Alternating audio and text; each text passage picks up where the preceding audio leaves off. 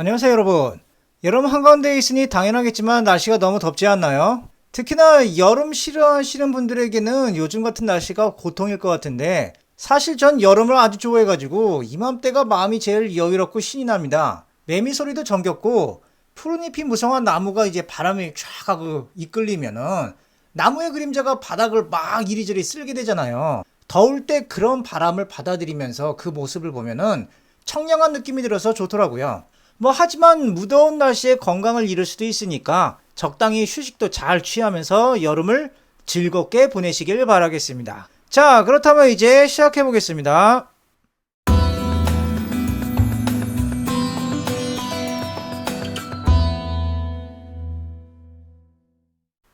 지금 보시는 그림은 이전 시간에 우리가 살펴봤던 카라치라든지 귀도레니의 계보를 잇는 화가의 그림이라고 할 수 있겠는데요. 하지만 성격이 조금 다릅니다. 일단 이 그림을 그린 사람은 여기도 나와 있듯이 니콜라 푸생이라고 되어 있고, 그림 속을 한번 들여다보신다면은 여기 가운데에 커다랗게 돌덩어리가 하나 있죠. 이거 비석이 되겠고요. 그리고 주변에 사람들이 이렇게 몰려 있습니다. 특히 여기 맨 오른쪽에 있는 여기 이 여인이 보이시죠?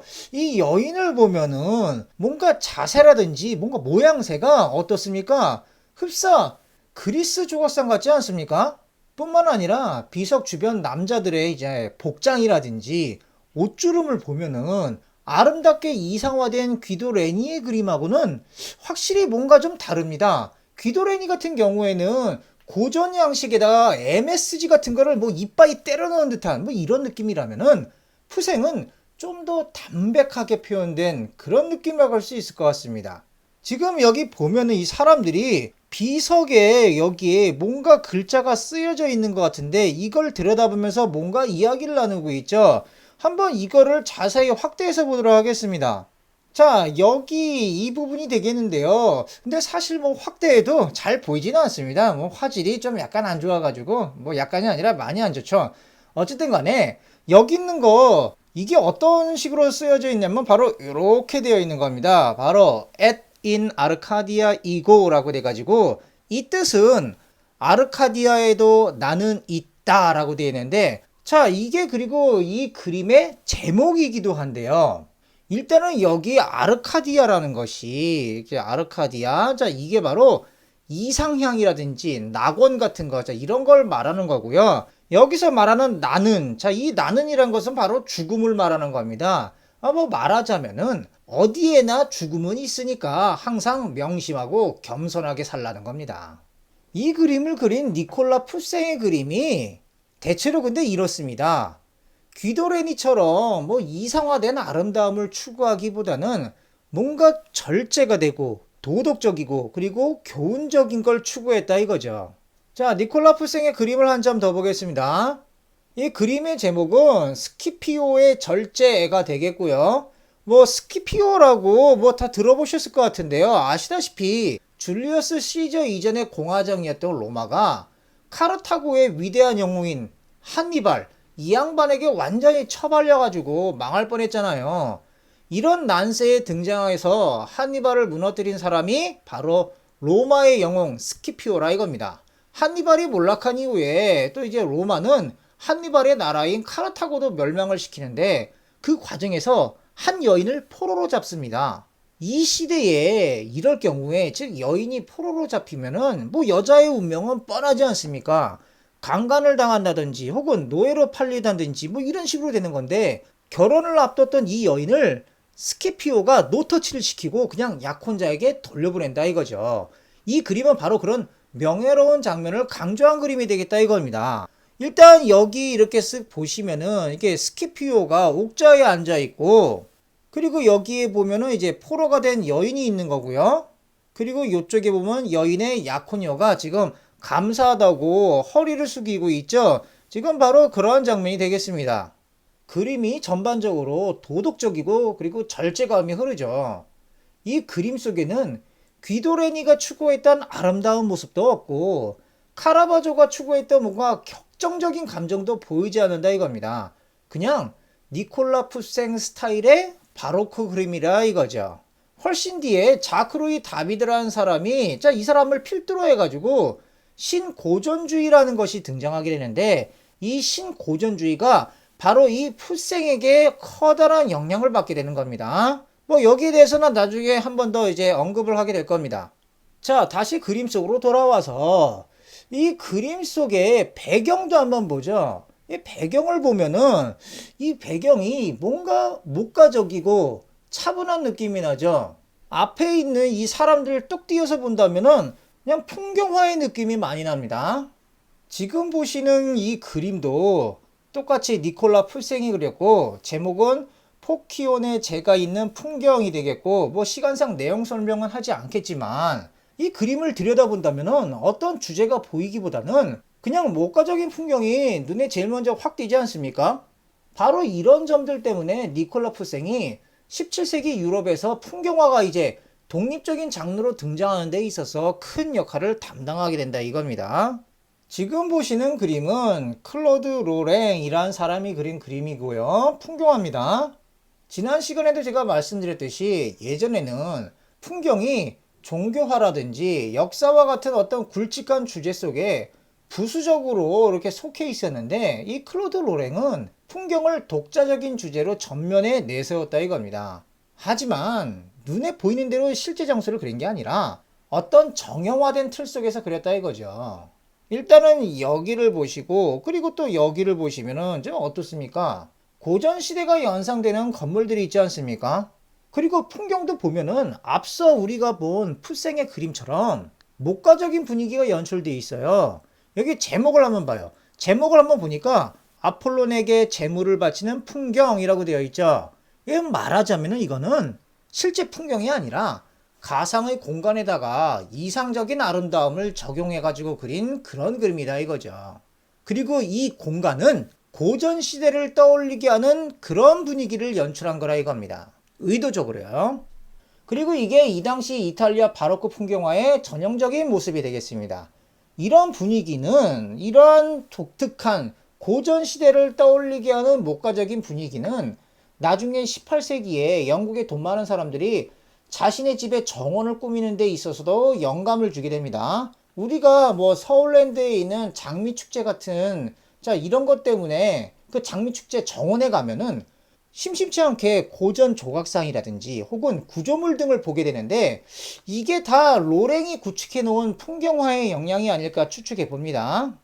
자, 드디어 루벤스가 등장하죠. 아시다시피 이 페터 파울 루벤스 이 양반이 너무나도 유명한 양반인데 일단 그림을 보시면은 여기 가운데에 성모가 계십니다. 그리고 이쪽에 보시면은 아기 예수님도 보이고요. 그리고 주변을 보시면은 여러 성인들이 이 성모자를 둘러싸고 있다 이거죠. 성모자가 성인들에게 둘러싸인 그림은 제가 예전에도 여러 번 소개를 시켜드렸었는데 자, 바로 이런 것들이죠. 맨 왼쪽에 있는 거 자카리아 제단에서부터 페사로 제단아 그리고 성모와 마이어 시장의 일가 이런 것들이 다 어땠습니까? 여기 가운데에 있는 물론 여긴 가운데가 아니지만 여기에 있는 성모자를 기준으로 해가지고 다 사람들에게 둘러싸여 있는 그런 그림이었죠.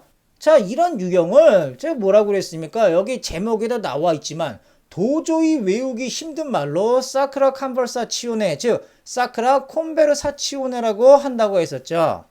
자, 여러분 원그림으로 다시 돌아가기 전에 한번 살펴봐 주세요. 한번 이렇게 눈도장을 한번 찍어 주시고요. 자, 다시 이쪽으로 돌아오면은 이제 어떻습니까? 앞서 우리가 본 자카리 제단 하나 혹은 페사로 그리고 홀바인의 그림 뭐 이런 거하고 비교해 가지고 등장인물들이 훨씬 더 많습니다. 그리고 여기 뭐 인물들에 따라서 이렇게 공간감도 풍부하게 표현되어 있고요. 뭐 하지만 이게 루벤스의 진면목이다라고 할 수는 없고요. 이거 역시 이게 여러 사람들을 자연스럽게 배치하는 능력은 이 루벤스의 여러 가지 커다란 능력 중에 하나가 되겠습니다. 뭐 여러분들은 뭐 이 양반이 인물 배치 능력이 아주 탁월하다 뭐 이런 것만 일단은 기억해 두시면 될 것 같습니다. 내용을 잠깐 한번 살펴본다면요. 맨 먼저 여기에 보시면 어떤 한 사람이 여기에 새로 만든 석쇠 같은 거 자 이거를 커다란 석쇠를 들고 있죠. 이분이 바로 성 로렌스라는 사람인데 불에 달군 석쇠 위에서 순교해가지고 항상 이런 식으로 등장하고요. 그리고 이쪽에 보시면은 자 거의 나체의 모습으로 이쪽에 이렇게 활통을 들고 등장하고 있는 사람이 있습니다. 자, 이 사람이 바로 활을 맞아가지고 돌아가신 즉 순교를 한 성 세바스티아누스가 되겠습니다.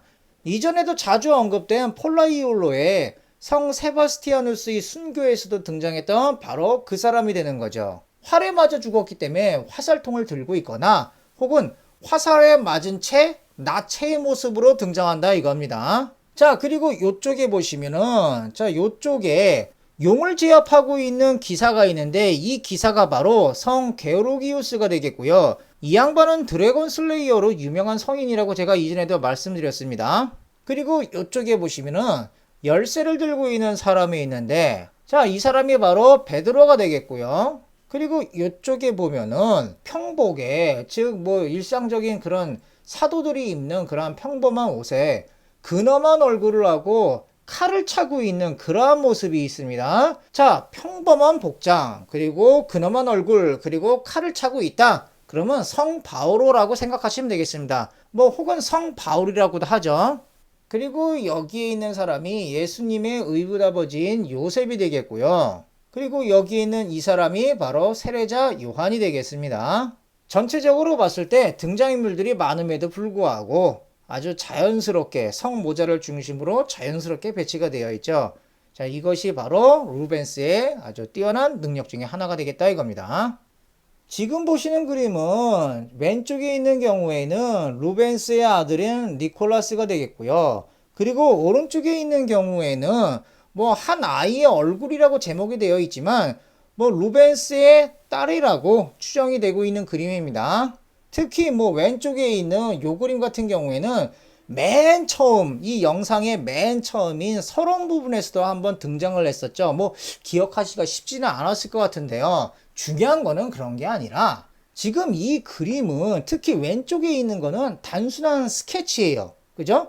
이 단순한 스케치를 얼굴만 클로즈해서 그린 겁니다. 자, 오른쪽에 있는 이 딸아이의 그림도 마찬가지죠. 그냥 얼굴을 클로즈업해서 그렸고 뒤에 뭔가 배경도 없는데 이 그림들에서 생명력이 넘칩니다. 특히 오른쪽에 있는 그림 같은 경우는 여기하고 쭉 여기에 있는 한번 볼을 한번 보세요. 볼 터치를 보면은 불그스름하게 이렇게 되어 있는데 이러한 피부톤에서 어떻습니까? 생기가 느껴지죠. 루벤스는 네덜란드 사람이지만 이탈리아에서 그림 공부를 했습니다. 그래가지고 이탈리아 미술의 거의 모든 것을 다 마스터하긴 했지만 당시 카라치라든지 귀도레니를 필두로 하는 이상화된 바로크 그림에 치우치지 않았다 이겁니다. 오히려 인물을 실제적으로 표현한 카라바조에게 영향을 받게 되는데요. 단순히 이상화된 그림만을 추구했다면 지금 보시는 것처럼 생기가 넘치는 피부톤이 나오기가 힘들었을 거라 이거죠.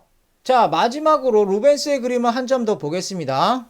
자, 일단 시간상 내용 설명은 생략하기로 하고요.